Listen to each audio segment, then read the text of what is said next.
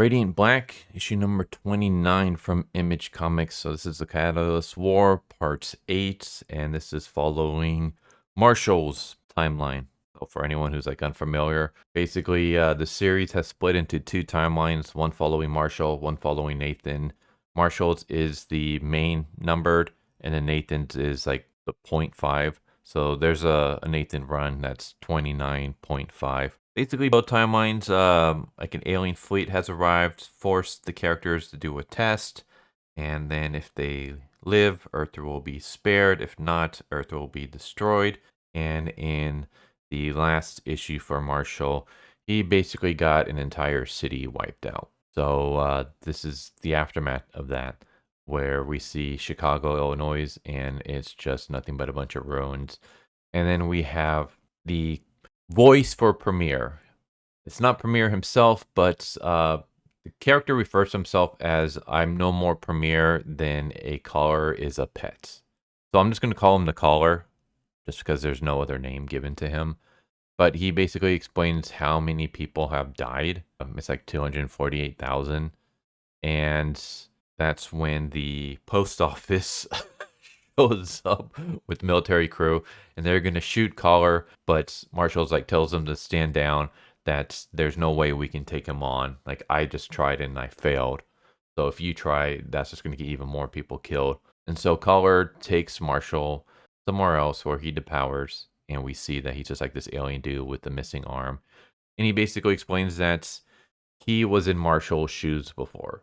That on his planet, he was the one being tested. And he won. It cost him all the other Radiants. It cost him a bunch of civilians, and it cost him an arm, but he won. And so he became like another spokesperson for Premier. And he even tells Marshall, you won. Marshall's like, how the hell did I win? Like, everyone's dead.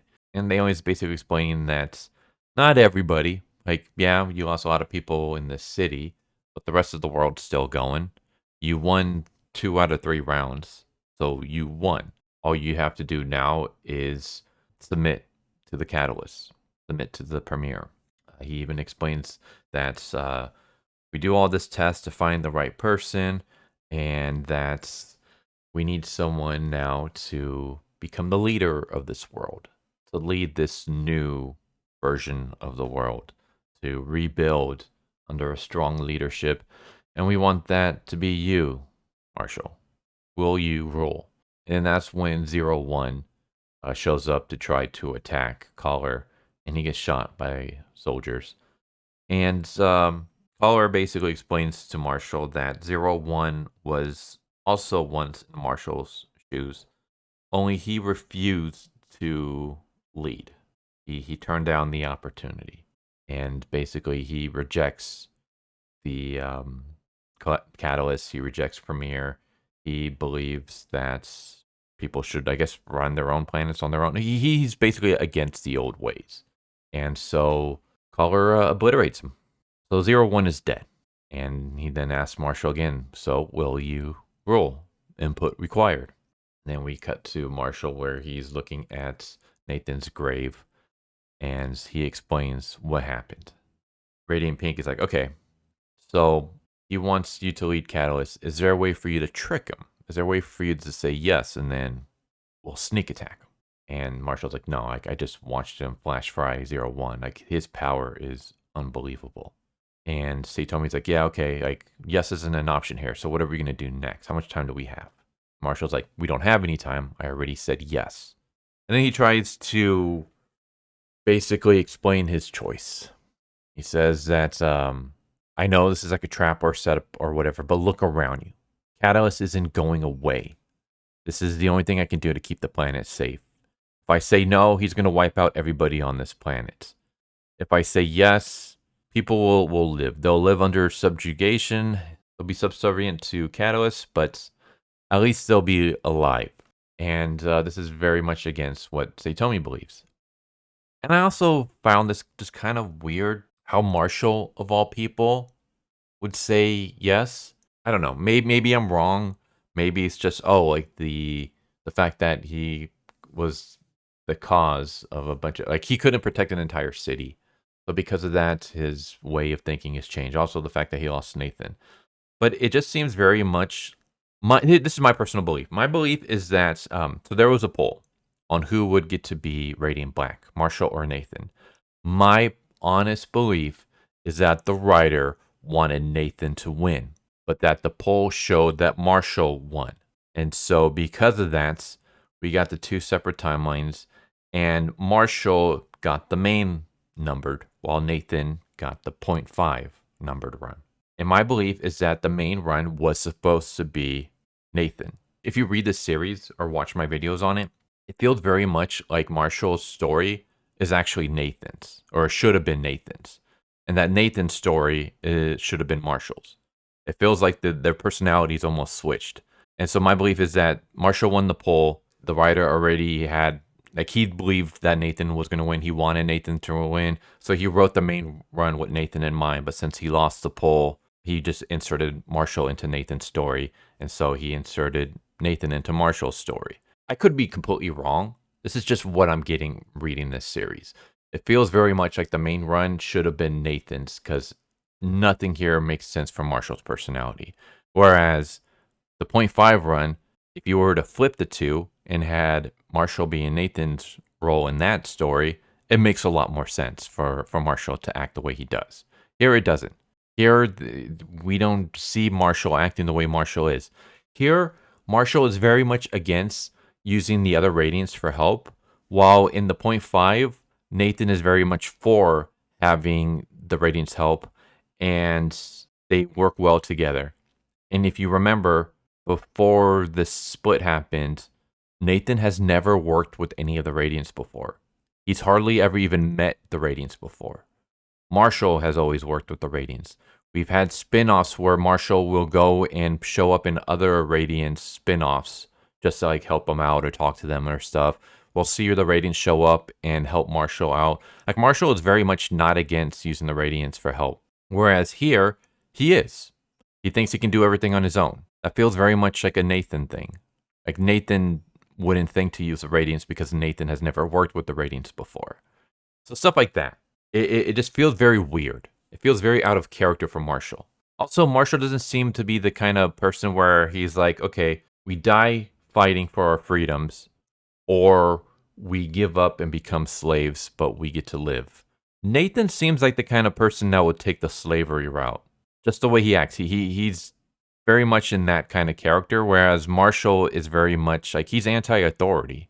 This entire series, he's been very much anti-authority, to the point where he's been like super aggressive to cops and things for no reason whatsoever. So now all of a sudden he's going to flip. And I get it. You might be saying, well, this test is what caused him to change in the death of his friend. It seems too much like a huge change, though, for that to happen. Like, just for him to pull a 180. Like, I'm not buying this. This seems very much like a Nathan thing and not a Marshall thing. Again, I could be wrong. You could have different opinions, but I feel like this is very much out of character for Marshall.